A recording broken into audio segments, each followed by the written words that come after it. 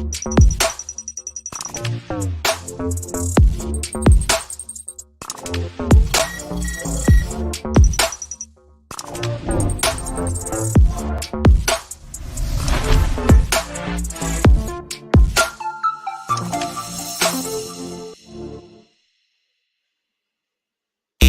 the 915 to H-Town, from the Panhandle Plains to the Valley, and everywhere in between. This is the 50/50 podcast, powered by National Scouting Report. Join me, Hector Cano, as we cover the Texas high school club and college soccer landscape, along with an inside look at the college soccer recruiting scene. The 50/50 podcast is a platform about the people and for the people who are dedicated to the beautiful game. Here we go. It's another edition of the 50/50 podcast, powered by our proud partners, NSR, National Scouting Report. They are the world's leading authority on all athletic recruiting. You can get more information on what they're about on social media, on Twitter X, I guess as they're calling it now, X, right? At NSR Now, as well as on Instagram at NSR_NOW. And you can also get more information on what they're about and the many great things they're doing on their website at nsr-inc.com. My next guest, gentlemen, we've connected a while back last summer, and we've been trying to get him on for a little bit, and glad we finally got him here. He is Jason French, the partnerships manager of our great partners at Gipper. Jason, welcome, buddy. How are you? I'm doing well, man. Thanks for having me. Excited to talk a little shop today. Yeah, absolutely. Excited to have you here. Grateful to have you here. And tell us, you're joining us from good old sunny California, and tell us what's new, what's going on. Nothing much. Not so sunny here today. I know I'm going to be coming off obnoxious here when I complain about the 63-degree weather today with the little overcast. It's unusual for us San Diegans where we get 75 degrees and pretty sunny all the time, but it's pretty good here. Like I was mentioning to you before the show, having a fun weekend with some friends, and looking forward to this conversation though. Absolutely. Yeah. What a downer. I don't know, man. 63 degrees in normally sunny California. I don't know if you're going to get it, but we'll do what we can, man, to get you through here. So, So again, so tell us, we're going to dive into a lot of things. Excited to have you here as well. And, in full disclosure, right, I know you're the first to say it's like, hey, you're not by background, you're not necessarily super deep in the soccer world, but yes, you also know, I think you sell yourself short because you see the connection, and a lot more in some of the conversations I've had with you in the past. A lot more about our great sport than I think you tend to lead on at times. So we're excited to have you here. But, so one of the things really, when we first met, right, you go back to last summer at the coaching school here in Texas, the Texas High School Coaches Association convention. That's where you and I first connected, had the chance to meet and did an interview there with you. And so from then to now, that's kind of part of some of what you do, which we'll dive into a little bit more. But we know you recently, just last month, you were in Anaheim for the United Soccer Coaches Convention. Yep. Tell us, give us a little bit more insight as to what that was like from your perspective. Well, my little bit about me, and that helps lead into my background in the sports technology space, is I am a former high school football coach. So I've been around high school athletics my entire adult life. Played high school, played college, got into coaching, traveled the country doing a lot of private quarterback training and public speaking engagements for USA Football. So I've been in athletics my entire life. And about 5-6 years ago, got into the sports technology space. And the first company I worked for was actually in the recruiting, the high school to college recruiting space. Along with NSR, they would definitely be one of the competitors in that space. And so during my time working at that previous company, it's called Field Level, fieldlevel.com. I've still got a lot of great friends there. Another good platform for the world of recruiting. But when I was a part of that company, we would go to USC, and I got the opportunity to go to the one in Kansas City a few years back, which is my first experience at USC. And this is me. Now, I've been to every single coach event in the country: AFCA for football, NFCA for softball, AVCA for volleyball, ABCA for baseball, and then USC.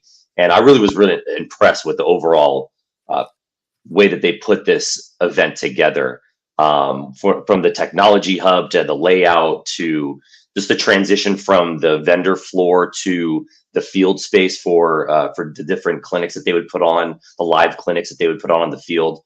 Really, really impressed with how they do things. From, I mean, just the communication standpoint with the people at USC, and then just all the answers they get to you, the way that they, uh, get you in a position to be successful at the event. So really enjoyed it. Like you mentioned, although I don't come from a background in soccer, I am someone that loves to travel, internationally. So I'm in a lot of different countries where soccer is the lifeblood of sports in that country. So getting just to be around different people from all over the world was probably one of the more unique things about USC, because you're meeting people from literally everywhere in the world that's coming in for this event. So in my time at my last company at the event, and then this time in Anaheim, which I found interesting, I heard this multiple times, was that for some reason the West Coast, when the event is on the West Coast, as it is not as attended as it is when it's on the East Coast. So I figured, you want to come out during the winter because that's when the event is. It's in January. You want to get out to the West Coast. It's warm. It's nice. Who wants to go back east where it's cold? But apparently people like going to the East Coast event. And I do remember feeling like the event in Kansas City felt more attended than the one in Anaheim. But we had a great time. My coworker and I, the coworker that came with me, she leads our customer champions team. Her name is Jenna, and Jenna is a former college athlete. She played college soccer at Colgate, coached soccer at Colgate as well. So she had a great time, obviously being able to connect with a lot of people that are our customers, but also a lot of people from her soccer past. And so she was pointing out a lot of people to me that would walk by. Again, I don't know all the names and all the faces. So somebody that's a big hitter, I'm a football guy, right? So I know he just retired, but Nick Saban. Nick Saban's the biggest name in college coaching, or Jim Harbaugh. Those kind of names. Of course, he's now with the Chargers. But the Nick Saban of soccer, college soccer, would walk by, and she's like, "Oh my God, did you just see who walked by?" And so it was really cool to be able to connect with and see the big names in the sport. And then I was mentioning to you, Hector, in San Diego here, we're getting a new MLS team. So getting to just talk, because I am actually trying to become more and more of a soccer fan, outside of watching Ted Lasso or something.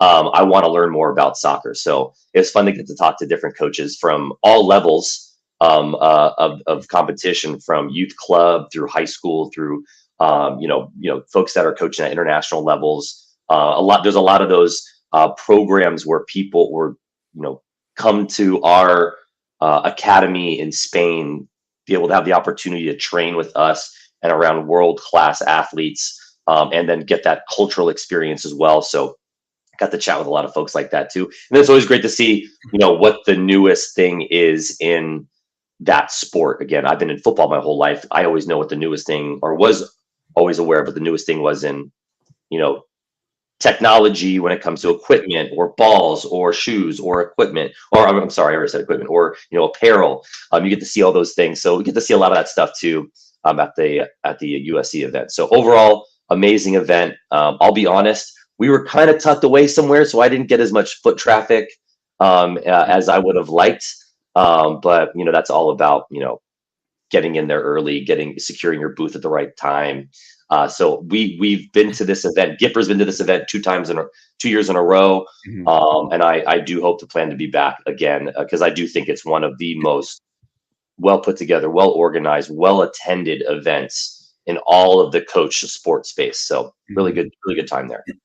Yeah, you mentioned the West Coast, right? Being out in Anaheim, and one of the things is that it is predominantly, the roots of United Soccer Coaches going back to NSCAA, right? The National Soccer Coaches Association of America.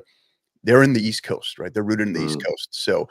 So it's predominantly Midwest and East Coast in terms of where they've had the convention in the past. And I believe this was only the third time ever they had been on the West Coast this past year up in Anaheim.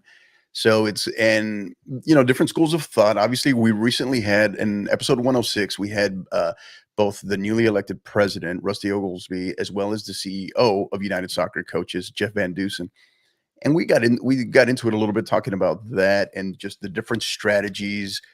In some cases from the vendors, right? It's definitely not a reluctance. It's just a kind of wondering, if are we going to get the same kind of foot traffic when we're out on the West Coast? One of the reasons being, as you said, right, it's kind of, hey, it's better weather out there, which sometimes as a vendor gets you kind of wondering. It's like, hey, is everybody going to wander off outside during the convention rather than be inside? But as in speaking with many vendors, speaking with many officials, many coaches that were there this past year, they said no. They said it was great, and vendors got a lot of great feedback from different vendors that the podcast team has spoken to as well.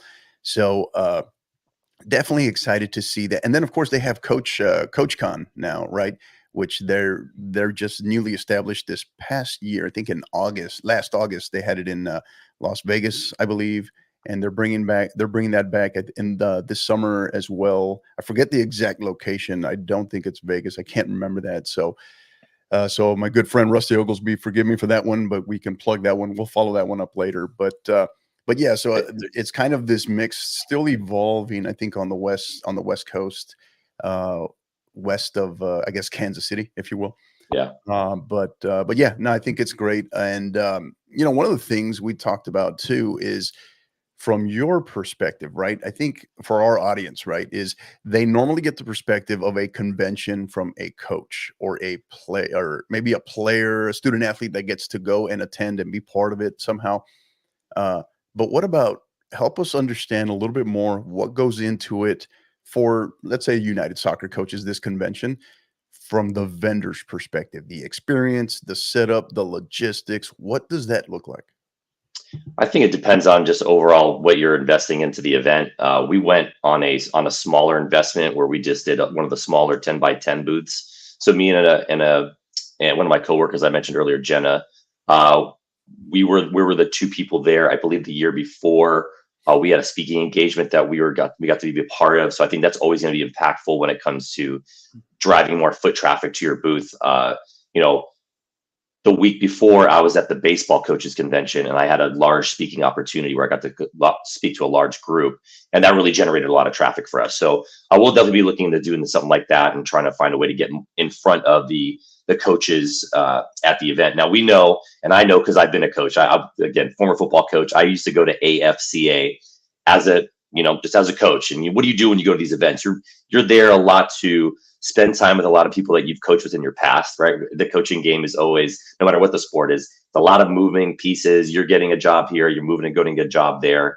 If your life and your passion is the sport of soccer, you're probably all over the map, and you're going where these opportunities are for you. So you want to go and just connect with all your old buddies that you had and you've made over the years, all your old teammates, all your old coaches.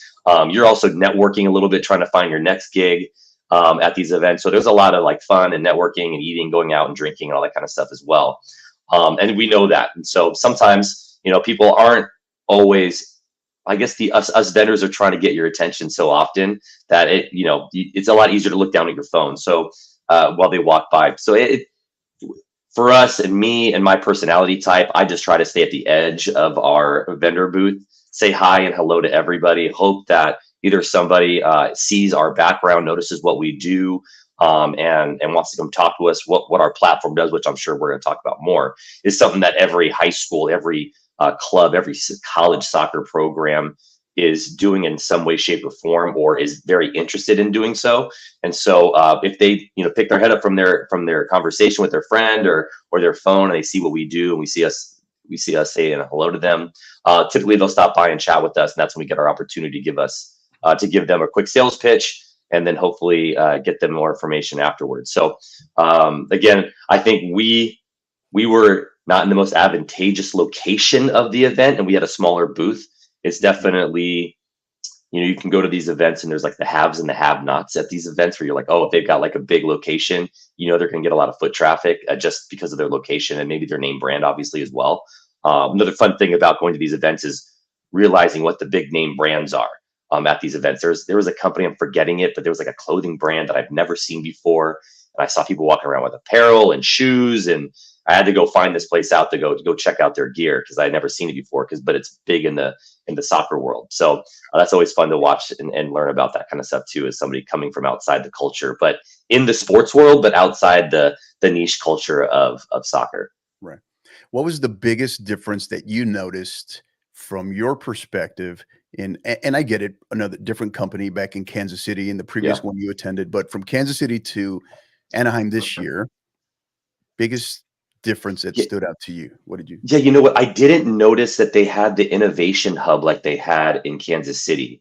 So, and I might butcher the explanation of this. And by the way, you need to get me in touch with that new president at USC. I'd love to meet him. But they had this area in Kansas City where, of course, the company would have their booth location, but then there was an innovation hub where there was almost like a desk.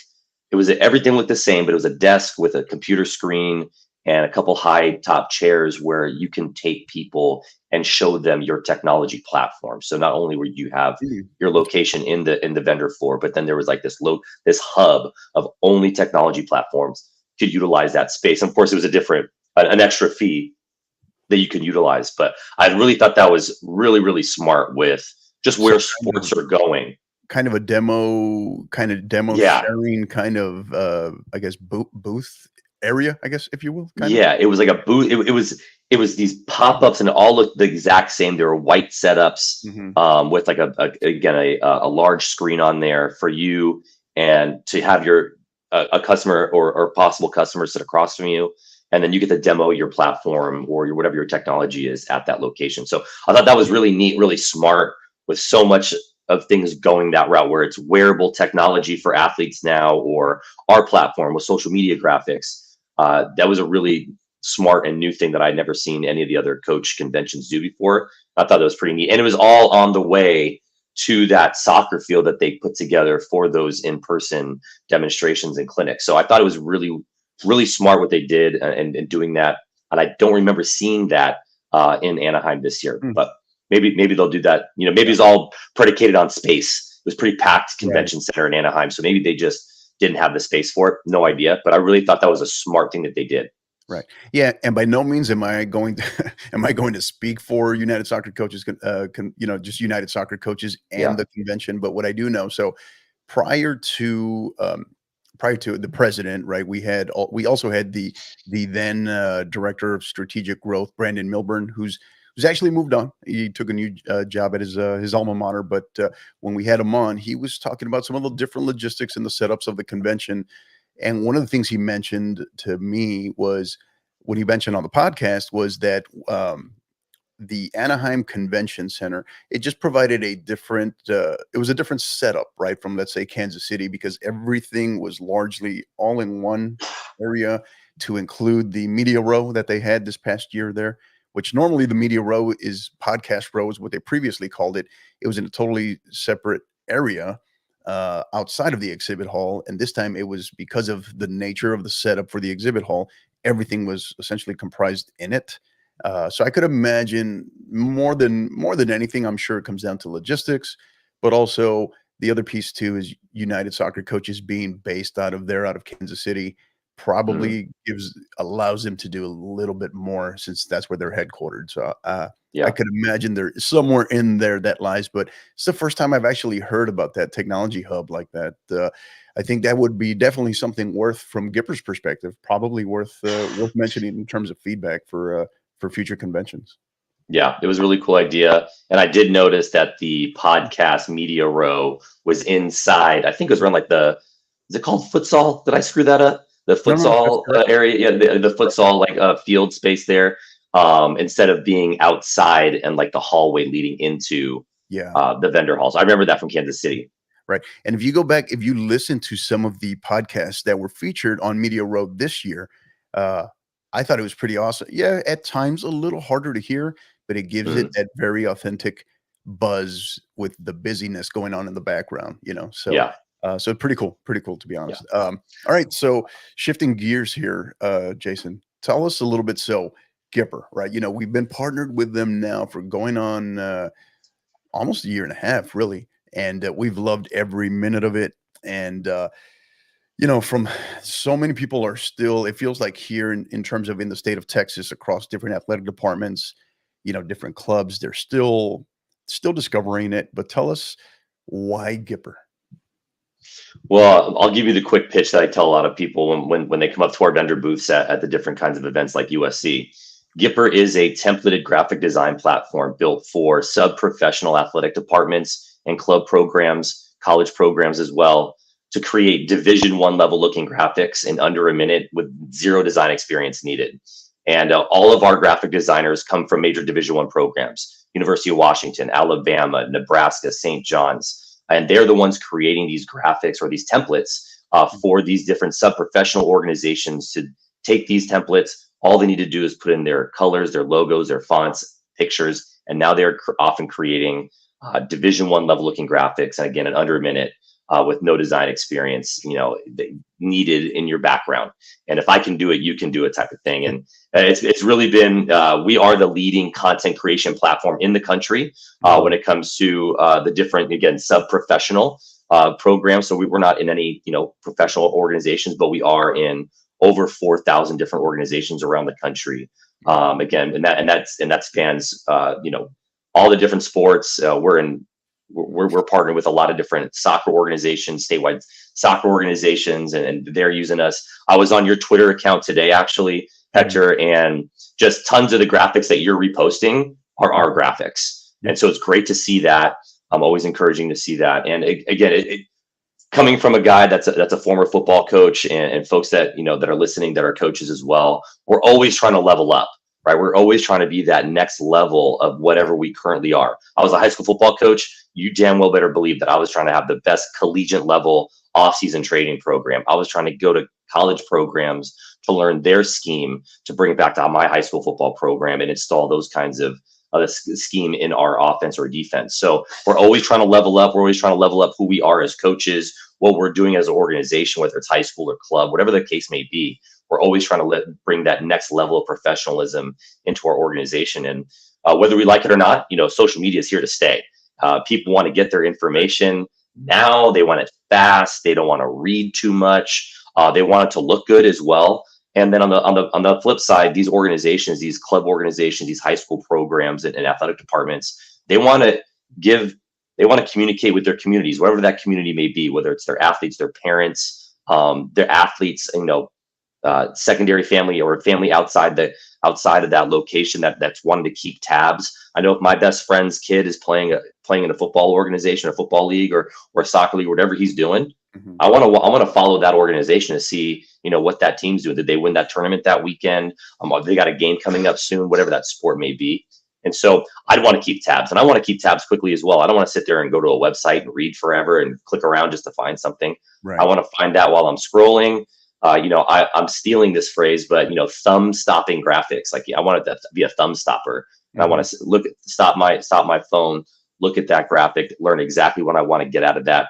And again, like I mentioned earlier, that flip side is that organization trying to communicate with all the great things happening inside that organization. And, you know, we've got every single use case you can think of when it comes to what kind of graphics that they can put together and put out. And it's really taking a lot of organizations, whether it be club or high school organizations or college organizations, because we've got Division I programs utilizing Gipper, D2, D3, NAIA, JUCO, club, and high school. So everybody's using us at every level. And you're able to extract that information from the organization and then also impart that to your community. So I can go on and on about all the different use cases that we've got. But, you know, I don't know, I'm rambling here. Please feel free to stop me. But the club organizations and these different high school programs, they're competing for kids, right? You know, if you're a club program and you're competing for the same amount of kids in your community, in your neighborhoods, and how are you differentiating yourself between the different organizations down the street? Well, you're probably talking about how often you're getting your kids to college. Well, how are you showcasing that? How do you help get kids to college? You got to get that stuff online. You got to showcase that. You got to market that. And so we've got, you know, recruiting graphics, we've got offer graphics, we've got, you know, player of the game graphics, player of the week graphics, tournament champion graphics. We've got all these different use cases for these organizations to really showcase just all the amazing things that the athletes that are doing and what they're doing as an organization as a whole. Yeah. So, one of the things we wanted to talk about, we wanted to ask you about latest features, right? And you mentioned many of the content creators that you have on staff, they're whether they're obviously they're creatives themselves, maybe some of them SID backgrounds, what have you, different things. But one of the things that we wanted to kind of give us a little insight is whenever a new and I forget the word, right? When a new particular type of graphic platform is, what do you guys call it? It's not a platform. What do you call it when you pick up a new particular series, right, to launch for a new pack, like a design pack? Yeah, design pack. Yeah. So help us understand the genesis of a design pack.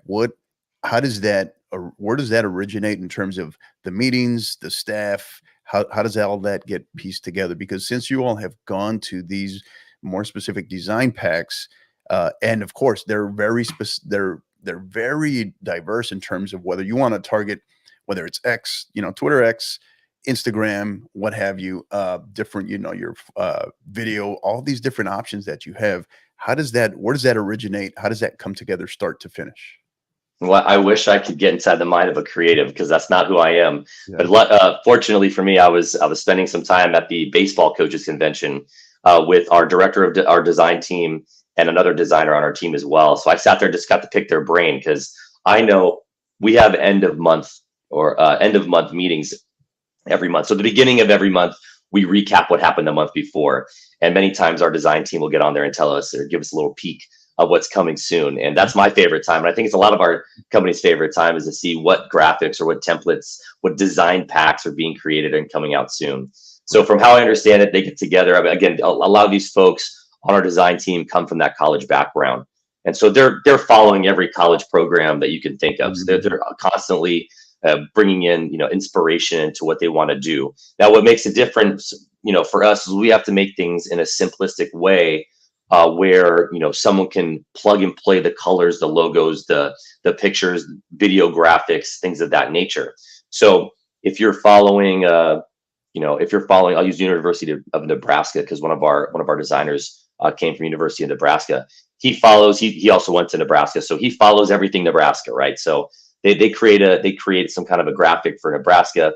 It'll give him a bit of inspiration. Now, we can't just go copy that graphic. First of all, we don't want to just copy people. We want to be original. And so from there, we'll take bits of inspiration, or our team will take bits of inspiration from different organizations, stuff that they've thought about doing themselves. Again, these are very creative people, so they've got their own opinions and design ideas as well. And then they get together, they throw together what they are inspired to put together for a new design pack. They get it in front of the team. They see which ones they like. They make tweaks. Then they get it to our product and our engineering team where it makes it, where they can now make these graphics, where you can change out the different aspects of the graphics, the different features inside the graphics. They want to be able to change this text box or be able to move the text box that they designed here. We allow our users to move it over there. It's one of our things that we do differently in comparison to a lot of our competitors is you're able to, you can use the template that we provide for you and just do that exactly, and it'll look phenomenal. Or you want to change it up a little bit, something you want to add a little logo here, you want to take that text box and move it over there. You can do that as well to bring in a little level of customizing as well. So they get together, they put those meetings together. I'm not a part of those meetings, but I do get to be a part of what they tease us with and then what they show us with. And then when I was with those designers, I was like, hey, show me your backlog. What's coming up next? Right. So I got to see what they're coming up next with, and it's amazing. Some of the stuff they showed me during that trip, they've already come out with. I think we've come out with, I want to say in the last month, we've come out with like 5+ new packs. Right. So we're always putting out new templates. I think we're doing it bi-weekly now. We're putting out new templates, and so a lot of like ability for people to not look the same as everybody else. There's a lot of flavor, a lot of variety within our platform. Yeah.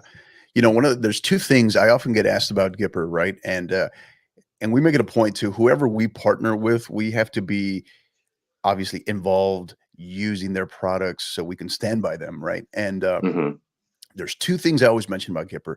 Is one is the customer service. Customer service is incredible, just top notch, right? And the second piece is, in addition to the quality, kind of a one or a two and two-way, I guess. One is the quality, but two, the level is, as you just, because you just spoke to it, right? Is the evolution, right? It's not like I sign up for a membership, and what I signed up for a year and a half is where Gipper, what I signed up for a year and a half ago is exactly what I still have in terms of features, these design packs. No, it's like, the evolution, it is constantly evolving. It is constantly being tweaked, new features. And I mean, I think that in itself is amazing, because it's a very forward thinking, very ambitious organization. And the evolution, as I call it, right? It's constantly evolving. I don't know. And when I mentioned that, I think it kind of, most people who I speak with, it gets them a little bit more intrigued, fired up into want to go look into Gipper. But as you tell us, right, maybe we have some people who are on the fence. We have a lot of people who probably seen Gipper's design products before and didn't even realize that it was Gipper, right? But what can you share for some of those?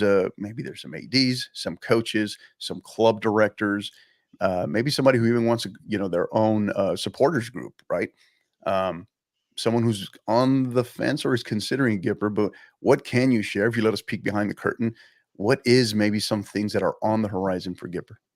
Yeah, I'm going to answer both of those questions with one answer. It answers both things, but I also want to touch on something real quick when you talked about our customer service. I mentioned her earlier as the coworker that came with me to the soccer coaches convention. Jenna, she leads our customer champions team, and our customer champions team. And I know I work for the company. I'm always supposed to be saying good things, but I truly mean this. We've got phenomenal customer service. Absolutely. The likes of customer service that I know I love when I typically deal with Southwest Airlines, when I've dealt with Huddle in the past. Huddle's a partner of ours. And I'm not just saying this about them because they're partners of ours, but I was a former football coach, like I mentioned multiple times. Anytime I've ever had an issue with anything with Huddle, I have got the most outgoing, personable, helpful person on the phone with me at Huddle. And I love that aspect. I feel like if I'm spending this money and I'm in a moment where I'm like, I got to get something out, I got to get something, I got to do something, a task, in Huddle, or now with Gipper, I got to get this game day post out. I got to get this schedule out. I got to make sure I'm continuously communicating with my community, but I'm not figuring something out for some reason.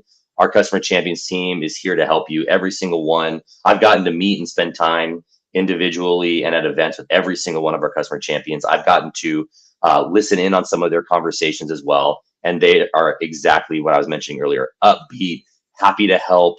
All they want to do is just impart their wisdom and their knowledge of the platform to our users so they can go out there and just create phenomenal graphics for their social media needs. So thank you for saying that. I like to talk about that a lot because I really do believe that is a huge aspect of what you get when you become a user of Gippers. Now, things that are on the horizon, or you talking about the evolution of our company coinciding with what's on the horizon. Well, what's on the horizon just launched. I know it's not on the horizon now, but it just launched this week.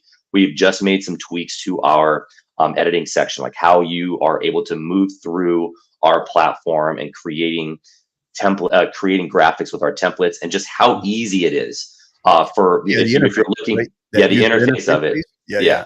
I noticed it this week, and I was like, oh, I love this. Yeah, it kind of hit the nail on the head of, when you're thinking something, but you just don't know how to articulate it. And that's what it was. Yeah.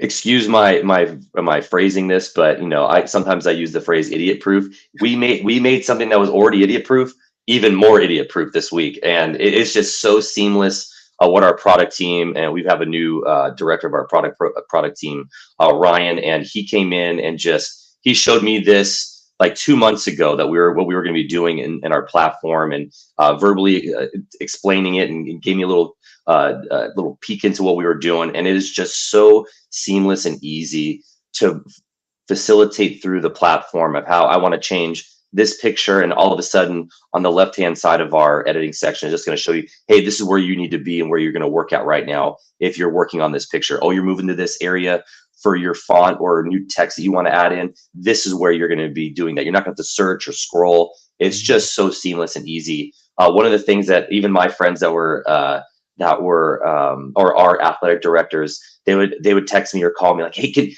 we would love to be able to see when you hit the fonts and you want to find the right font.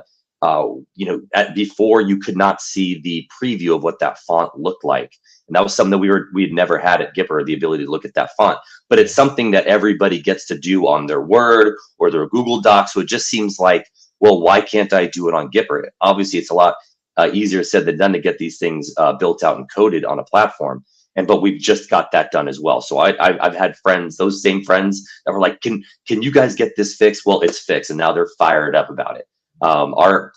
For those of you that are in the tech space, you guys are all probably using a platform called Slack, where you get to share messages and pictures and videos and all that kind of stuff.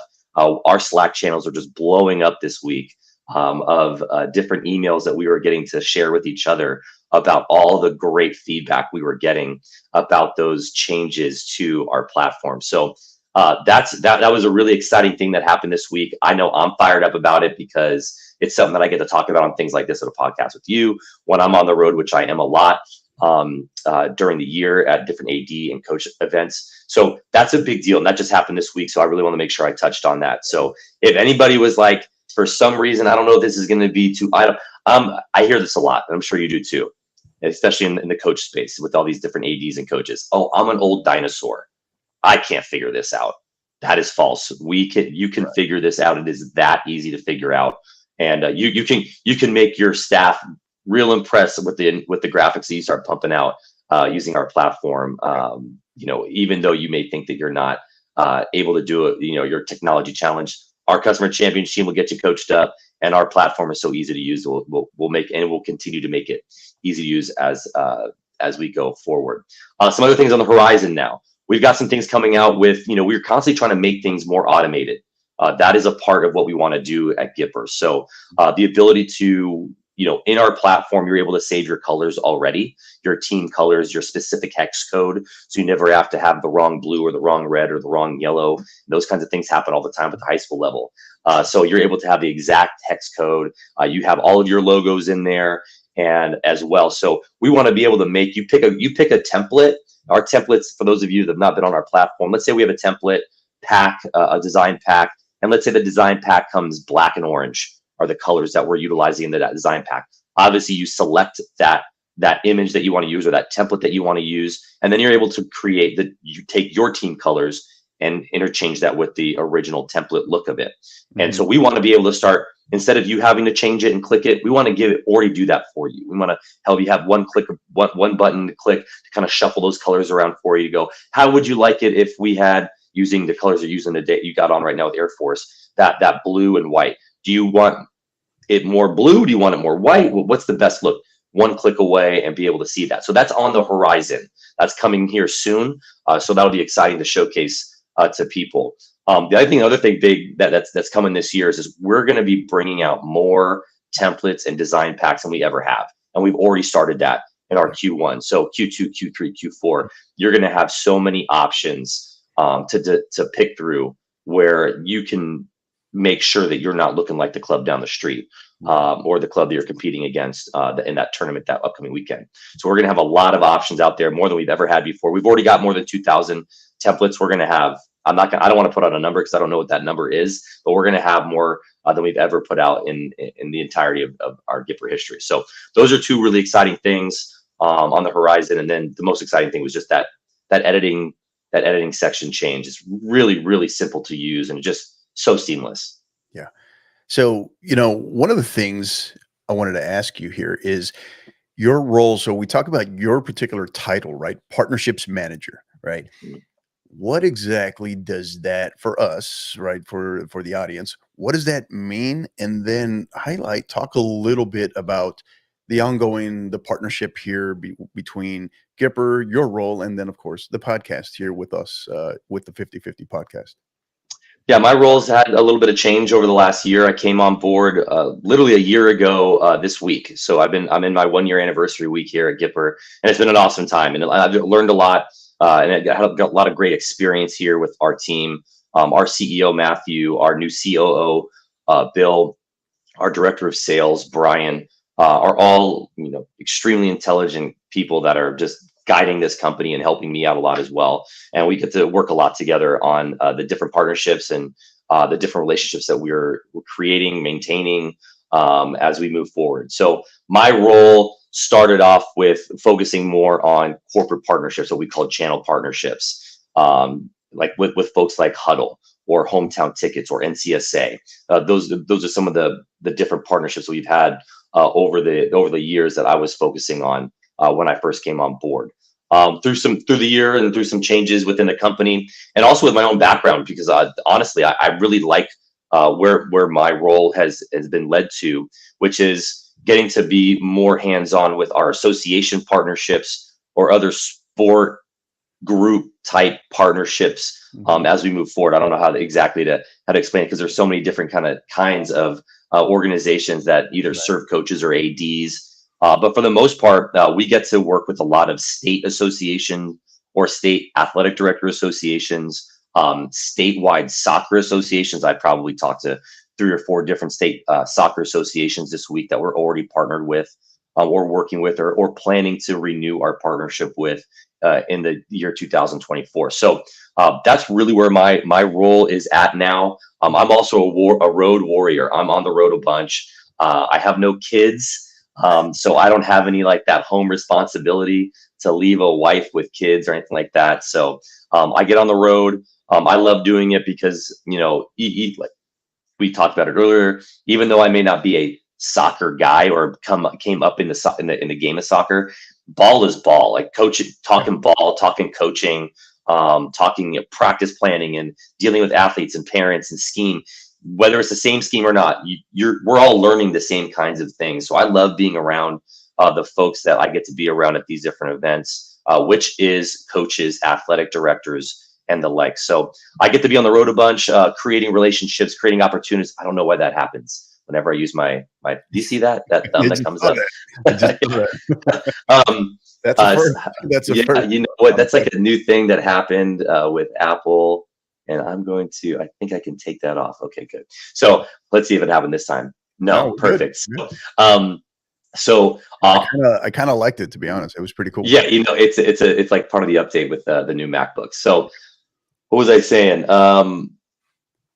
Whether I'm on the road, creating relationships with athletic directors for our sales purposes, right? We're always trying to bring in leads for our company, but it's also creating relationships with the directors of these athletic directors associations. Or different coach associations, or the directors and presidents and vendor managers of these different large scale coach association conferences. So my role is a lot of relationship building / everything that our partnerships team does in the end is trying to bring in opportunities to our sales teams as well. So a little bit of a tip of the spear of the sales team here. I'm not closing sales on a day-to-day basis. Although I have closed a handful of sales on the vendor floor when I'm at these different coach conferences or AD conferences, but for the most part, it's really all about teaching people about our platform, getting them really interested, helping explain what we do in a simplistic way so they can see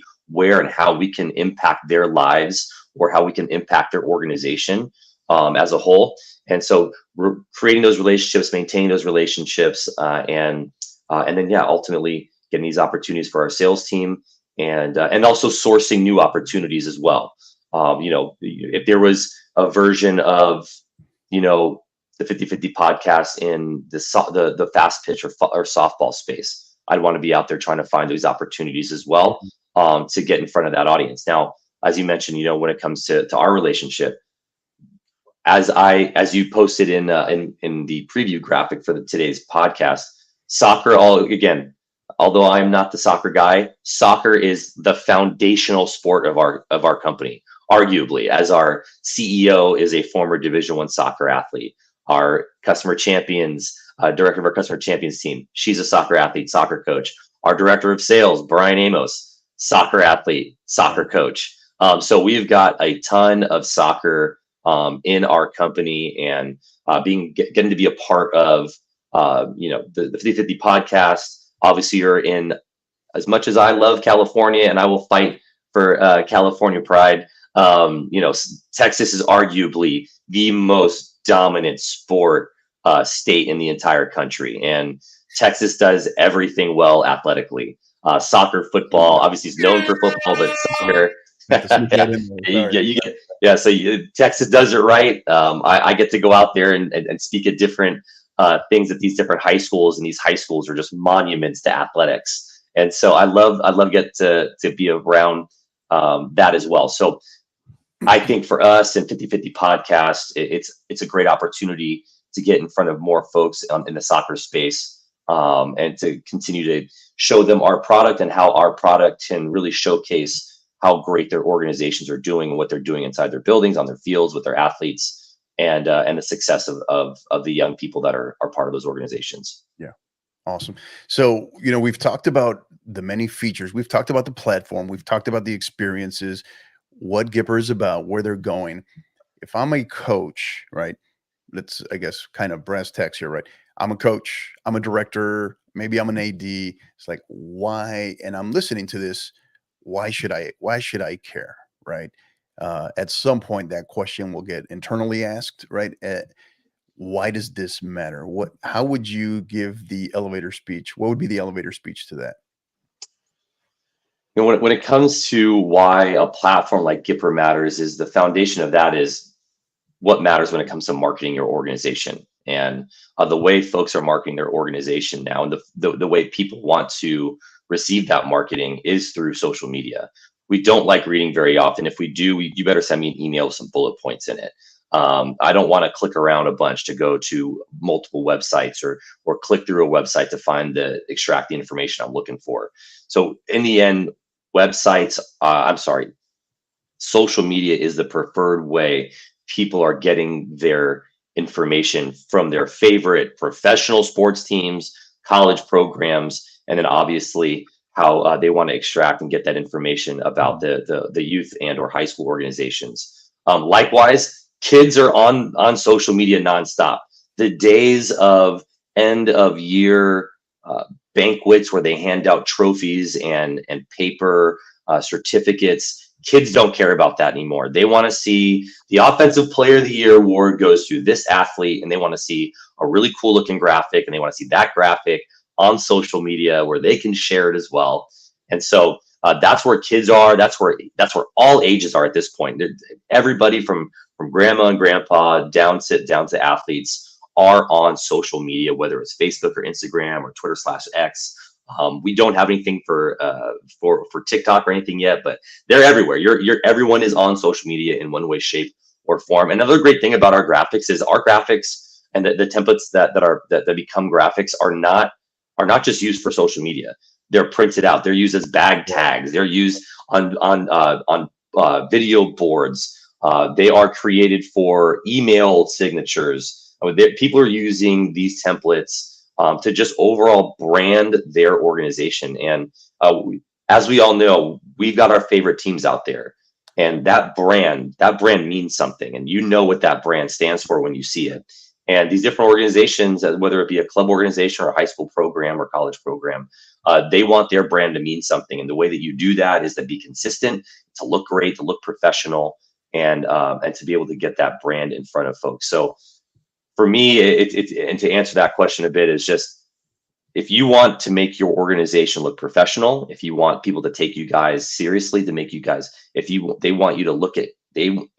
folks to look at your organization as a reputable place for their athletes or their young people to go play on, utilizing social media to showcase the success or the value of your program is going to be really important. And our platform is the best way to do it, the best, easiest, most seamless way to do that. Right. Yeah. And, one of the best things I'll actually hit on it in a second, right, with our script read here. But one of the things that I love, so I did have, as a content creator, I had a background already in this, right? And so when I came across Gipper, I felt like it was also one of those things where, maybe a plug and play, people with limited experience, or zero experience. But if you're also right, what they refer to as the power user, right? It just gives you so many more infinite possibilities to do so many more things, just as you mentioned, right? Printouts, right? Whether it's printouts, cutouts, bag tags, it just gives you so many more options, so many different features. And the best part is, again, I come back to two things: is the customer service world class. I've experienced it personally. That's why I stand by it. And two, it's constantly evolving. It's constantly being tweaked and adding new features, new options, new looks. And why you wouldn't want to be involved with something like that? I don't know. I want to go back to and thank you for those compliments on the company. I want to go back to a couple things that you asked earlier on what's on the horizon. In the end, what's on the horizon for Gipper is we want to be the go-to one-stop shop for your marketing, for your organization. And I think that's what's going to be, that's like our North Star as an organization. We want to help you market your organization, whether that's high school, college, or club. And however way you want to do it, we want to provide those tools for you. Right now, we are the leading content creation platform for social media graphics, but we've got other things coming that are going to be able to help your organization communicate with your community. The other thing I wanted to mention that I didn't touch on is when it comes to like why Gipper, why in general on social media is money. All these whether you're an athletic department, sure, you're not a business, but you've got to bring money in. You've got to fundraise. Equipment's not cheap. Getting a new soccer goal isn't cheap. These things cost a lot of money, and the antiquated ways of, hey, local business, you can put your banner in our stadium or in our basketball gymnasium for X amount of money. That's still happening. But now if you're going to go forward and you're going to if you're going to spend time as a designer, let's say you're not using a platform like Gipper, but you're going to spend time creating graphic assets for your social media, or if you're going to spend the money with Gipper, which is we have a very affordable plans for folks. But if you're going to spend the money to create these graphics and put it on social media, you've got this digital real estate. Let's make some money off that digital real estate. And so you're able to utilize our graphics and add sponsor logos as well to provide and bring in more revenue for your organization. And we've got teams that have done so many fun things with that. And I'll use an example that's professional, and then something that I've also heard from one of our customers at the high school level is, I'm born and raised in Los Angeles. I'm a Laker fan, and I don't know if they do this anymore, but what they used to do in Staples Center is whenever the Lakers win and they held the team to under 100 points, the entire stadium, I don't know if anybody remembers this, they would start screaming, "We want tacos," because they had a partnership with I believe Jack in the Box, where if they won the game and they held the team to under 100 points, when you walked out of that stadium, you got a coupon for a taco at Jack in the Box. And so the entire place would go crazy. And that was their partnership. Well, likewise now, high schools are getting more creative with these partnerships as well, and like advertising it. So, there's a local gas station, and this is an idea that I took from a high school that gave me this idea, told me that they do this. This local gas station would give certain, cents, not like dollars, but like 10, maybe somewhere in the ballpark between 10 and 50 cents off a gallon based on the score of a home football game. So if the football team won and they held them to a certain score, I forgot the details on that, you would be able to go to that gas station and get X amount of cents off your per gallon. And like they would use that gas station's logo on their graphics, and it was a really cool thing. You got your local pizza spot. They are the red zone partner of our school. Whenever the football team would get into the red zone, all of a sudden there's like a graphic that pops up with that partnership logo, and you're able to extract revenue off of those logos. So another really cool thing that people are using our platform for is to bring in revenue. Right. Wow. That's pretty cool. That's awesome. And Jason, you were doing so well. We were talking about soccer, Gipper, and then you had to go ruin it and mention you're a Lakers fan. Sorry. Oh man. Sorry. That's all right. That's all right. No, we forgive you. We forgive you. Here, we're in Spurs country here, right here in San Antonio. But yeah, longtime rival, right? Lakers, Spurs, right? I know you remember those, right? So yeah, I do. And you know what? Those days, I could never hate on the Spurs. They were such a great basketball organization from Popovich down to Ginobili and Tony Parker and Mr. Fundamental and Tim Duncan. So always a fan of what they did. So it was never in my heart, never hated them. I always hate losing to them, but never hated on them. I always got so much grief, right? Because it's like, how could you be a Spurs fan, lifelong Spurs fan? But my all-time favorite player was a Laker, right? Magic Johnson, right? My all-time favorite he was a Laker. He's, so long-time Laker. So yeah, I've always gotten a lot of grief over that one. So, but as we start to transition here, Jason, tell us again. So we've hit a lot of great things here. Tell us, where can they get, before we transition over to our second segment, where can they get more info? People might be interested, want to get more info on Gipper. Where can they go? Yeah, I put it in my name here, Gipper.com. My best advice to everybody here is, hopefully you learned something from what I've talked about today about how easy our platform is to use, how important it is to create content for your social media platforms to disperse the information of what's happening inside your organization. But the really, I've sat here and said how easy it is. Hector's talked about how easy it is. The best thing to do, though, to believe what we're talking about, is go get a demo. So go to Gipper.com. Go ahead and you can request to sign yourself up for a demo. You can also do a 14-day free trial. So you can get in there for 14 days, play around, click around. Unfortunately, you won't be able to see what it was before as of a week ago and what it is now. You're going to see the most easy version of our platform in its entire history. So you can go in there, get that 14-day free trial if you'd like. You can go in there and schedule for a demo. You go to Gipper.com, you can get that done. We've got buttons that are very obvious in the top right-hand corner to say schedule a demo or free trial. Or if you want, I don't know if we have the ability to do this on here, but if you want to sit here and write it down, my email is the letter J, last name French, like the language, jfrench @gogipper.com. So feel free to reach out to me. I can answer any questions you may have, and I can get you in touch with one of our sales reps as well. So whatever you want to do, we're here to help get you in front of the right people here at Gipper to learn more about how easy it is to use our platform. Say that for us again, Jason, your email. Yeah, it is J French, FRENCH @Gipper, GIPPER.com. Got it. Okay. So perfect. Again, and if you're listening to this podcast, or you're listening to it later, you'll be able to hear that. Again, that's jfrench @gogipper.com. If you're watching this, you can also see that on the footer, the ticker there at the bottom, jfrench @gogipper.com. So, and that leads us to the perfect segue to tell you, our listener, about our proud partners at Gipper, right? So Gipper's a way that schools, athletic departments, ADs, and coaches create world-class marketing content. Join over 4,000. Now, I remember when it was 2,500, but join over 4,000 coaches and ADs that use Gipper to create high-quality visual branded graphics for your program. The best part, anyone can do it in seconds on any device without needing any design experience whatsoever. And just for being a listener of the 50/50 podcast, listeners of the 50/50 podcast can receive 10% off any first-time Gipper purchase. Simply visit Gipper.com/partner/5050 to learn more.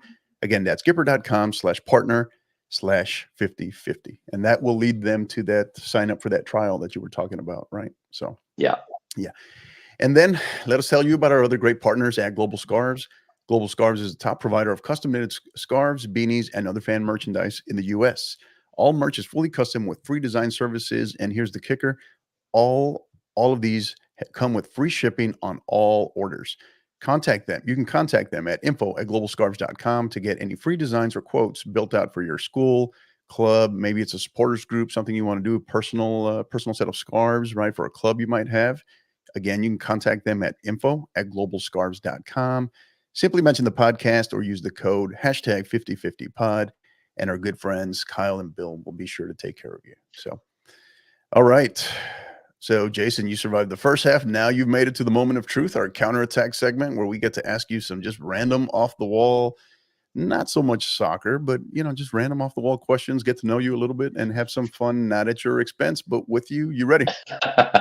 just don't ask me to explain offsides or anything like that. I'll butcher it. That was question number one. I'm just kidding. All right. First one. Any secret talent you might have that maybe just family, close friends might know that most people don't know about you? Secret talent. I can clap with one hand. Think about that. I gotta see. Yeah, I can clap with one hand. Yeah, secret talent. That always gets a chuckle. And then like then after like a minute, you're like, all right, stop it. It's kind of weird. Yeah. Okay, that's a first. That's definitely a first. Yeah. All right, next one. Day person or night owl? Ooh, day person. Morning. I love waking up early in the morning. I'm definitely a morning person. Yeah, I got a lot of energy in the morning. Yeah. See, I've often had this. I've told people for many years. I'm the opposite. I am I guess you could say by nature I'm kind of a night owl, but I'm an early riser. Right. Still figure that one out. Right. I'm an early riser, but not a morning person. So it's kind of one of those early riser. Yes, just automatic. All my years of, I think, in the military, I just kind of automatically early riser, but not a morning person by any means.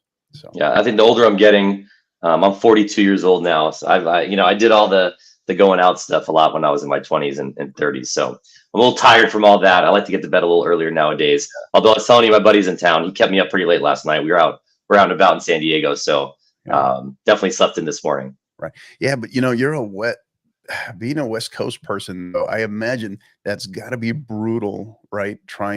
Or how does that work with you? Because most people talk about it from the East Coast perspective as far as the start times for different sporting events on TV, right? How does that work the other way? Is that like, you got games starting at like 4 p.m. kind of thing, or, games on the East? How does that work? Does that, it's for us, on the West Coast, when I'm watching a basketball game, I'm typically watching like a 7 p.m. basketball game, especially Laker games. Sometimes they'll have an earlier game or something like that when they're on the East Coast, but 7 o'clock games is pretty standard for the week time for basketball.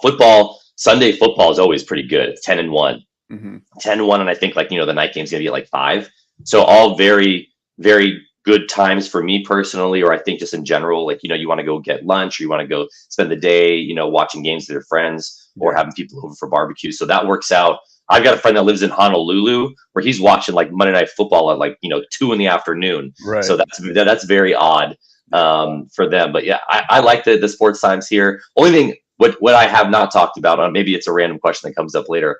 I have become obsessed with tennis. So I'm a big tennis guy. And so only thing that gets frustrating when it comes to times is when these international tournaments, Wimbledon, Australian Open, French Open, those match times are frustrating. When I start getting more into soccer, when I start learning more about it, it's it's hard to find the opportunity to watch some of these big matches. I'll wake up in the morning and I'll look on Twitter's, trending now, and it's filled with soccer references, and it's all Premier League soccer references that I'm not watching at 2-3 in the morning. So those are the only time. That's the only time where it ever really impacts me are the international things. Gotcha. Tennis, huh? That's interesting. Love it. Love the sport. All right, next one. I probably know this one, but I'll ask it anyway. Lake or ocean? Ooh, I'm gonna have to say ocean. Yeah, I'll go ocean. I don't get in either body of water very often, but I go to the beach a lot, and I do like going places on vacation where it's a beautiful ocean. Yeah, I've had that conversation. Excuse me, real quick. Yeah, I've had that. Speaking of that cup right there, I've never had Whataburger. Oh my God, never had it. No, seriously. Oh, speaking of that, look what just rolled in here. So. Shout out to Shane Richards here talking about the Whataburger Yeti here. I love this. Jason, my man, we got to get you here and get some Whataburger, man. So I'll be in Texas some point in April or May or something like that. Whenever THSCA is happening, it's like, I think, or maybe it's THS ADA, and then the TAPS event are all like kind of like back to back. So I'll be in Texas for a solid week. So I'll get it that time. Gotcha. The Tosada you're talking about. Yeah, I think that's April. Now, will you be down here? Will you be coming here? So last year, right, where you and I first met, THSCA coaching school. It was in Houston last year. It's slated the next 2 years here in San Antonio. Will you be coming here in July? Yep. Oh, I'll be there. There we go, man. What's it? The Henry B. Convention Center or something like that? Henry B. Gonzalez Convention Center. That's right. Yep. Yeah, I've been there multiple times. Yeah, it's about about a 30-minute drive from where I am, but yeah, you'll be prime real estate. San Antonio's downtown they did it right. You'll see. You'll experience it. The walk, everything. It's phenomenal. So just don't ask for the basement of the Alamo. Okay. So if you know that, don't ask. All right. Okay. Next one. Okay. So Sunday dinner, right? You're the chef. You got all family, friends, everybody coming over. What's the go-to dinner that you're cooking? What are you cooking? All right. So don't judge me here. I go ribs. I'm really good at making ribs. That's the one thing I can make, and I do it really well. Nice. So I do ribs really, really well. Every time I've made it for people, they really seem to like it. And they know, obviously you don't know me well enough, but I will definitely tell you when I am good at something. I'm like, I will brag about being good at something. There you go. And so when I know it's good, I will tell you about it. And so I'm really good at the ribs.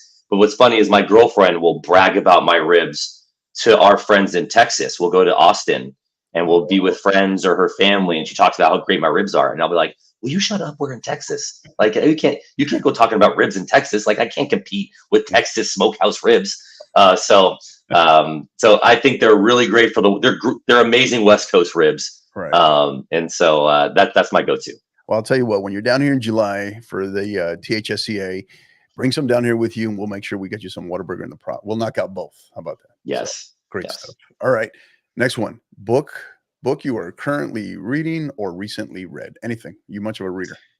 Yeah, I do enjoy reading. Right now, I am reading like a financial book about just like some simple financial steps that I should be taking in general, like with investing and high yield savings accounts and stuff like that. My next book is Willpower Doesn't Work, is the next book that's on deck for me to read. And then I've never done a book on tape before or audiobooks before, and I wanted to give that a shot, and I figured I could probably do it with like a biography. Mm-hmm. And I just got done listening to the biography on Elon Musk. So that was really interesting. I've listened to him in some long form interviews on podcasts in the past. I'm really interested in learning about his life story, what led him to what he is now. Whatever. I'm not getting into what he says or does on Twitter, but like the overall, like what he's accomplished in the different companies that he's created and or has been the CEO of, and the brain function that he has in comparison to the rest of us, and the problems that he tackles and talks about every day is pretty wild. So listen to that. Reading the financial book, I got this book about willpower, how it doesn't work, and finding different ways to,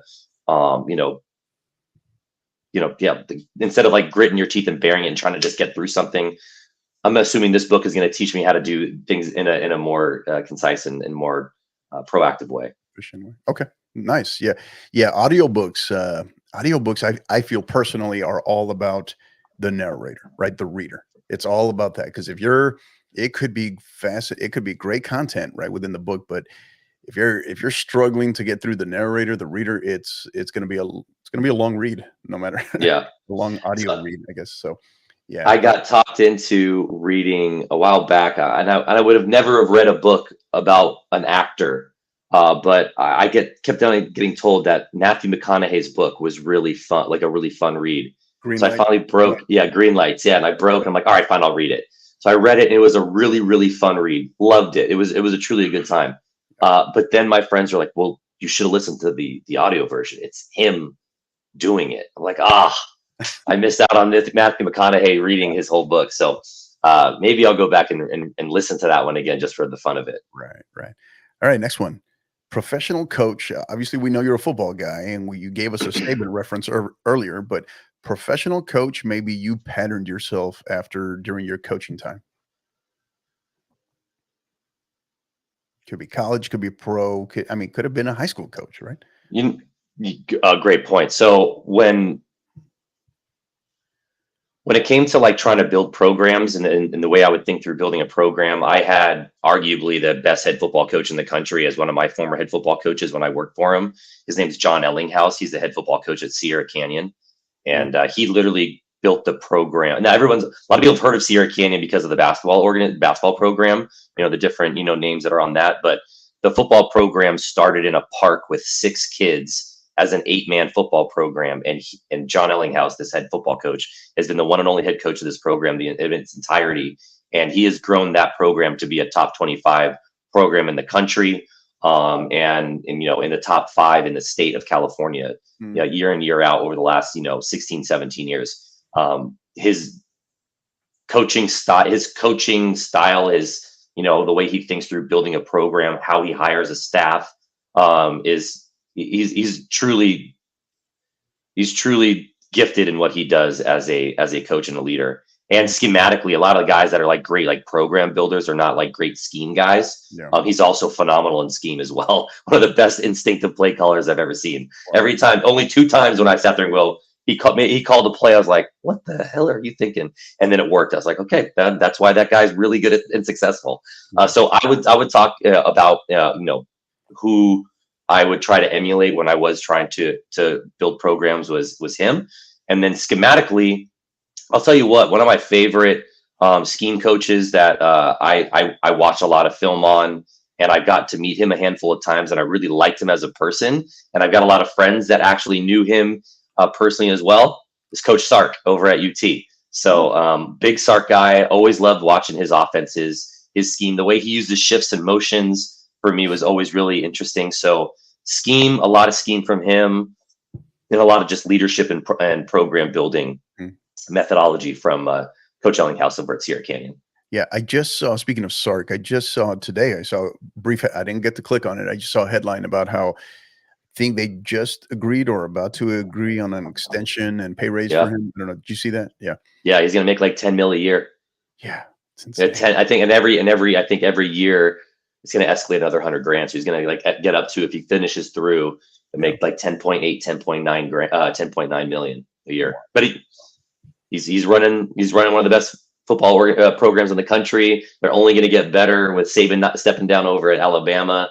Harbaugh leaving Michigan. Like, he is now the premier coach in college football, and so he's going to earn every penny of that. Yeah. It's interesting. They're making that shift over to the SEC as well, and so we'll see. We'll see. I'll have to see it, of course, but yeah, I think it's looking bright, no doubt.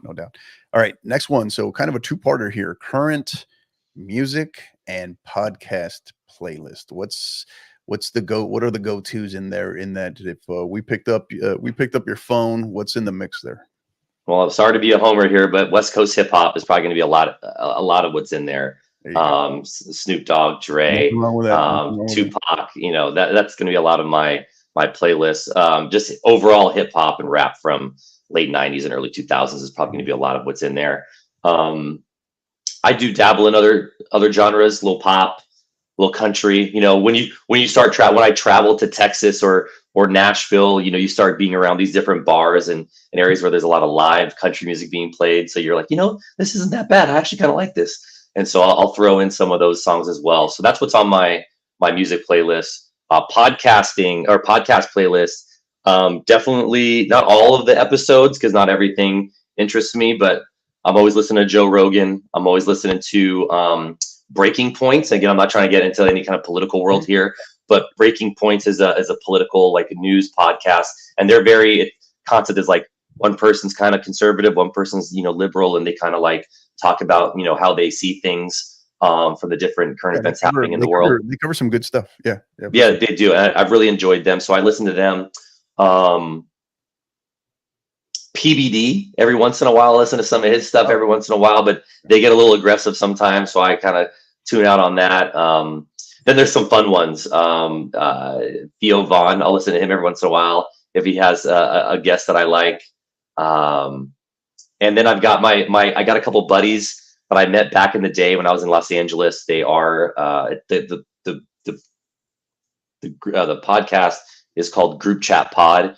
And it's with 2 brothers, D and Anand Murthy, and then another guy, Chris Paff. His nickname is Drama. He was on an MTV show. But the thing is, they're all entrepreneurs in the Los Angeles area, starting out in the clothing industry, but they're seeped in the Los Angeles, culture.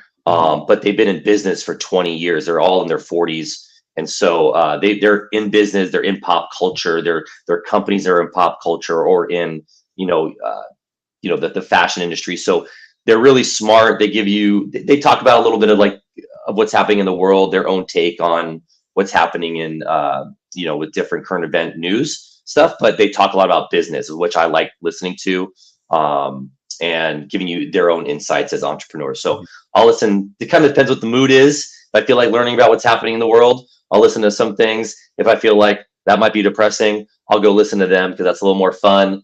Or Joe Rogan will always have an interesting person on his podcast as well. Now, what was that one called? That one you were just describing again? What was that one? Group chat.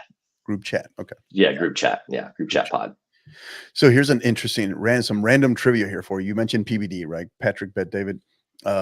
I actually know and was stationed with, I mean, don't know him well to this day, but I was stationed with First Assignment, Malmstrom Air Force Base in Montana.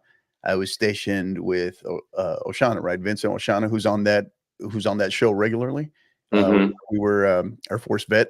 We were stationed together in Montana. So kind of interesting how I stumbled across that podcast a while back. Yeah. And I was like, man, this guy looks really familiar. And then sure enough, started talking a little bit more about his background, and then boom, that's where I placed him. So small world. Yeah, he does some really big interviews. Like he's gotten some really cool interviews. So I learned about him. I mean, I heard him first on Joe Rogan, and then I looked him up, and he did like a great interview with Tom Brady in the last 5-6 months. That was really interesting.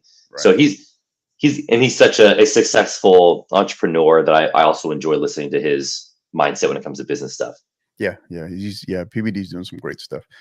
All right, next one here. So this one, I'm curious to see where you stand on this. See if you have anything here. So favorite and least favorite soccer team. Do you have one?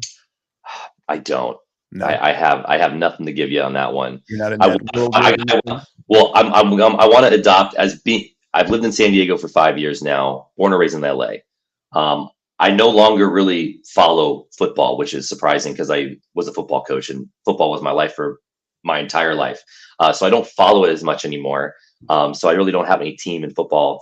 A big tennis guy, always a Laker fan. But now I want to adopt something in San Diego. This is my new home. I want to be here for the foreseeable future. So I want to find a team to get behind. I'm not a baseball fan, and so I'm not going to go with the Padres and get excited about that. So I want to get into soccer. That's the thing I truly decided. I'm not saying that because I'm on this podcast. So I want to get into soccer more. Again, I've been talking to my CEO and my director of sales, who are all soccer guys at Gipper, more about teaching me about the sport. Yeah. So definitely want to go to some new San Diego Football Club games when they start happening here, or matches when they start happening here. I'd like to go check out our women's team. I know that they've got some buzz around town, the Wave.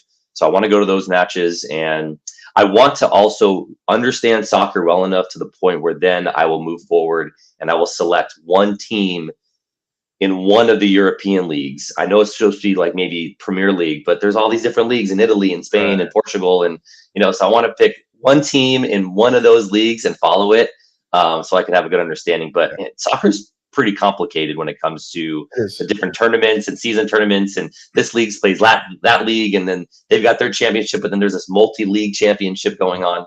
So I was watching that show on Amazon, where kind of like follows the team around. I was watching it, only one season of it, with Arsenal. Yeah, oh my God. Yeah, I know I forget the name of the actual series itself because it's an actual series, but yeah. But yeah, I know what you're talking about. Great series. So it was really interesting. And so I want to continue watching that to learn more about the overall, just like the business side and like the way the sport is organized and structured. Yeah. But of course, I always geek out come World Cup time. I'm always watching every USA match. And I remember when I lived in Hermosa Beach, Manhattan Beach area in Los Angeles, we were up at 4 a.m., 5 a.m. hitting the bars. This is when I forget where the World Cup was, but USA got second or third round or something like that, and so it was really exciting. And I remember being a part of that excitement and enjoying it. So looking forward to the next World Cup. All or Nothing is what the series is called. All or Nothing. That's right. Yes. And you can go back. Obviously, you can go back and look at previous seasons. They had one with Jose Mourinho and Tottenham Hotspur. They had another season with Manchester City. Pep Guardiola, their coach. They're phenomenal. Another one too that just came. Obviously, you hadn't seen the previous. I'm assuming you haven't seen the previous seasons, but one just came down this week. Sunderland Till I Die on Netflix. If you haven't seen that, check that out. Well, and we can talk about it more. Till I Die. Okay. Yeah, the latest season of that just launched this week, and it's I'm only into the second episode right now, but it's phenomenal because it gives you more insight into the fascinating aspect of promotion relegation and how it takes the community on that roller coaster ride with the team, right? So yeah, it's a real deep sense of loyalty and community and just being a supporter. So it's pretty fascinating. Yeah. It's so interesting here in America when people say, ask you like, who's your team? You're like, oh, who's your team? Who are you a fan of? And you tell them whatever team that is. But it seems like in Europe, you ask, who do you support? Right. And I've always found that change in language to be very impactful with how that community takes it, because they actually are supporting them. They're going on that emotional roller coaster with them as well. Yeah, no doubt. And I'll share more info with you offline. But yeah, it's pretty cool. There's a couple of other good ones out there too. All right, next one. Going back to your time as a coach, not as a player, any game day superstitions or rituals that you had? What it dependent upon where I was coaching. When I was coaching at one program, there was one breakfast place that I would get breakfast at this one spot every single game day. So that was a ritual that I had. I don't know if this is totally appropriate, but because Friday night is you're on such a high as a coach.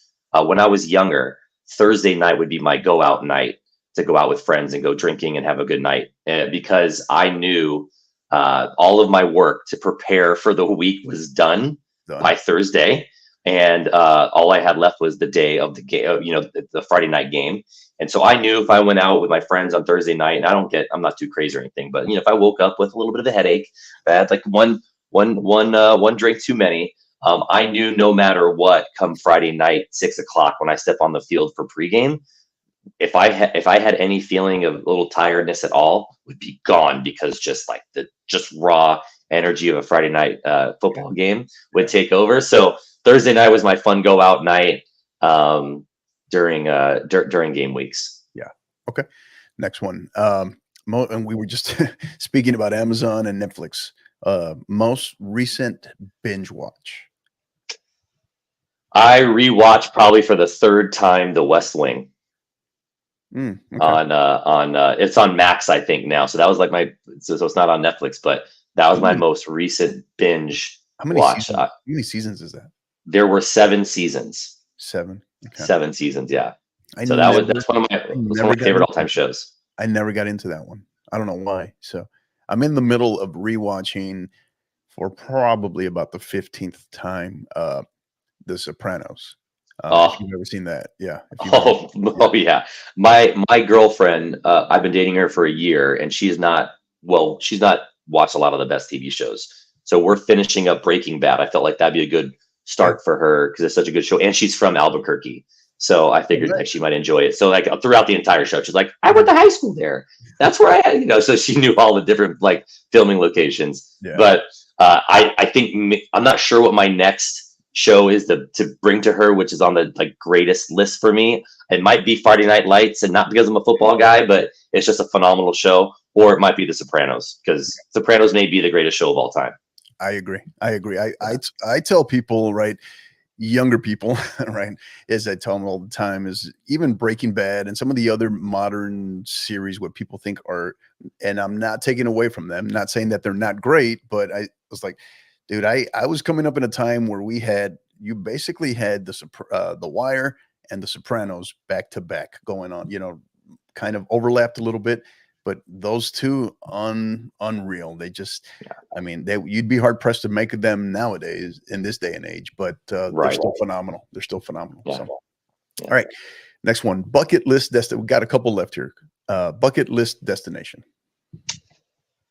Good question. I've over the last 10 years, I've definitely gotten heavy into traveling. I would say my top 2 places I really want to get to is one, Japan. I would say top 3 places, Japan, and South Africa for like a safari. But those are big money trips. Everything I've researched about that's going to be a pretty expensive trip. The next thing I want to go to that I think is more on the affordable side for me is going to be Scotland. I really want to go to Scotland. And then this year, however, although I've said these 3 places, the place I might go to this year actually is probably going to be back to Italy. I've been to Florence, Rome, and Venice in Italy, but I might check out some other southern parts of Italy later this year and finish it off in Turin, Italy, which is where the ATP finals are for in tennis. So my brother and I are big tennis fans, so like we'd like to travel together. He lives in Florida, I live in here in San Diego, so it's something that we get to do together is travel. And so we might go to Italy later this year. But Scotland is like high on my list. But I want to get like a big group of friends for that because you travel like Italy and France or Spain and Greece, and a big part of the experience is the food. But when you travel to places to like Scotland or Italy or Ireland, and I've been to Ireland, a big part of it is like going to the distilleries and tasting the scotch or the whiskeys and or the Guinnesses and all that kind of stuff. So I want to have like a group of friends for that kind of event in Scotland. And golf. I want to golf in Scotland. Right. Well, let me know about Italy too, because I lived there for 2.5 years. So really? I was throughout Europe, but I was stationed there for about 2.5 years. That was my stomping ground. So phenomenal stuff. Definitely tons of places I could recommend there for sure. All right, 2 left here. Kind of a superpower question here. Speak every language. You can only pick one. Speak every language or talk to animals. What do you got? Oh, speak every language. Yeah. I am constantly impressed with people when I am in Europe. When you meet them and you find out that they know 4 languages, like how do you know 4 languages? I know I can barely speak one here as a American citizen. I'm trying to learn Spanish on Duolingo, where my Mexican girlfriend gives me a hard time when I'm not picking it up fast enough. So I would love to have the ability to speak any language. There you go. All right. I'm with you. I say the same. As a soccer coach, it's a no-brainer. Speak. Oh yeah. It's speak every language. Yeah.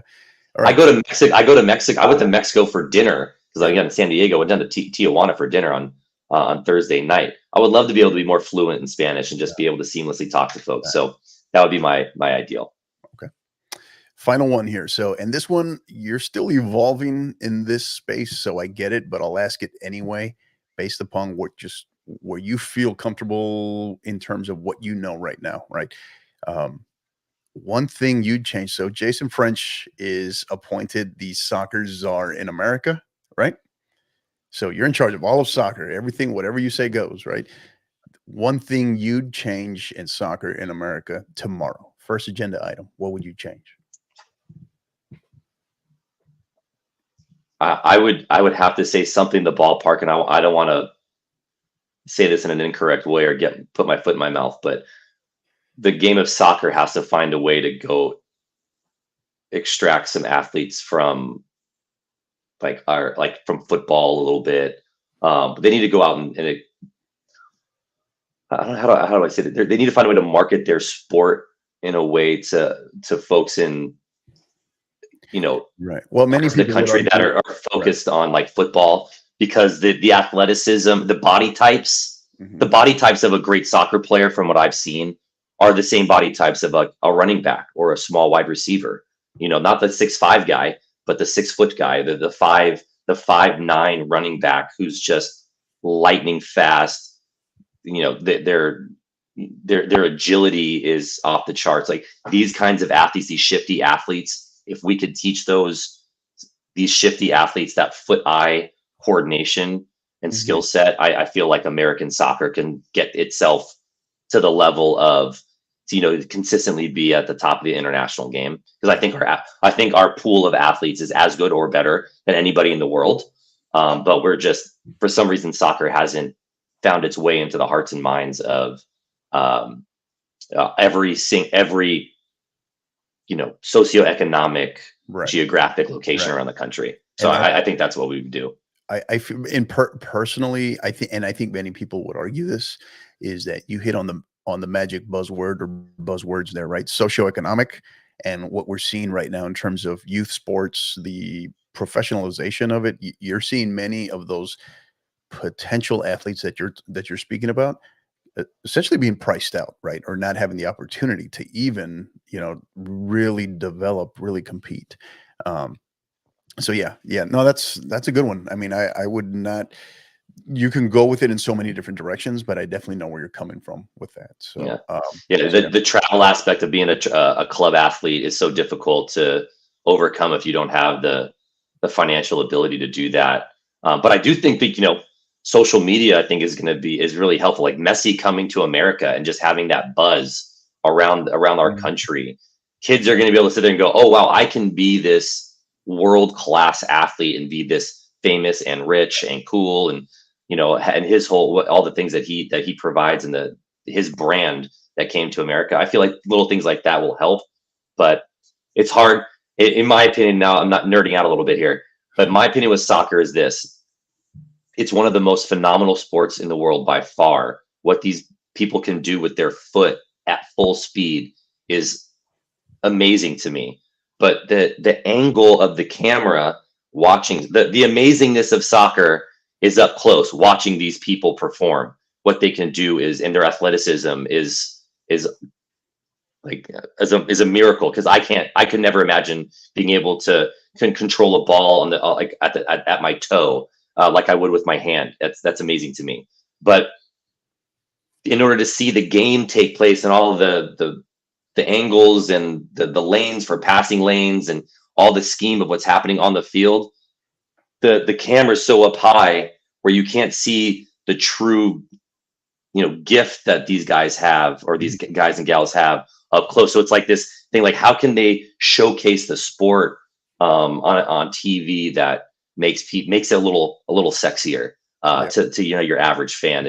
Is something that it just seems like and of course the whole scoring thing, I'm assuming, turns people off too sometimes. Not enough scoring. Everyone wants more scoring. That's why basketball's so popular, right? Like there's always people scoring. So right, I don't know. I probably butchered the way I was explaining that, but it's really about, for some reason we don't get to see how truly gifted these athletes are because of the camera angles and the distance that the cameras are set at. But if you're up close, then you can't see the passing lane that guy's trying to fit it through, or the shot he's trying to take. So yeah. it's kind of a give and take thing. When you're pitch side and you're watching this up close in a stadium, it kind of redefines that respect and appreciation that you're talking about. No doubt. Yeah. No doubt. So, well, Jason, that's going to do it, buddy. We've gone through quite a bit. You survived our counterattack segment as well. So really appreciate having you here. Everything you gave us great info as well. Great insight on our partnership and our platform there in Gipper. And one of the last things we do here is, in our final thoughts, we kind of share here in what we call stoppage time. Any shout outs, thank yous, anything on your mind as it relates to just the sport, maybe Gipper, your platform, what have you. The floor is yours. No, thank you very much for having me. It was a pleasure being here today with you, getting to chat with you. I love having those little random questions that you were throwing out at me. Again, I want to learn more about soccer, so I'll definitely have to continue to extract some information from you and a bit different folks at Gipper about soccer to continue this desire to become a fan. For those of you listening or watching, thanks for tuning in, and I appreciate you spending this time with us today. Whether you're watching it live on a Saturday, if you're consuming it later throughout the week, we really encourage you to just check out our website. Go to Gipper.com. Start that 14-day free trial. Contact our team for a demo. If you're a club coach, high school coach, club director, athletic director, we can truly impact the life of your organization by helping you create amazing marketing content. And we want to have the opportunity to showcase that to you and to show you and prove to you why we can make that big impact for you. So again, thank you. Shout outs to the Gipper team. I don't know if anybody's going to listen to this, but our sales director, Brian, my teammate and colleague, Lydia, who's who's the backbone, the organizational backbone of our team. Our CEO Matthew, who's also been such a support, to all of us at the company, but also to me individually during my time here at Gipper. So looking forward to another. Again, I told you guys I'm in I just finished my first year at Gipper, and so I'm looking forward to year 2, and looking forward to. And please, for those of you that are at events that I'm at on the road, please stop by and say hello. A lot of you guys are probably in Texas that are listening, so please come by to the AD event. I'll be at the AD event, the TAPS event, and the coaches event in Texas this year. So please stop by and say hello. Awesome. Great stuff. Thank you, Jason. And one of the things as you kind of dip your toe further and further into the soccer world, personally, I think you're coming on, you're getting more intrigued at the perfect time, like a crucial time in terms of this country, right? You have Copa America that will happen this year in 2024. Then you're going to have 2025. You have the FIFA Club World Cup, which with its new rules and how it's redesigned, that sounds really exciting, right? That will be held here.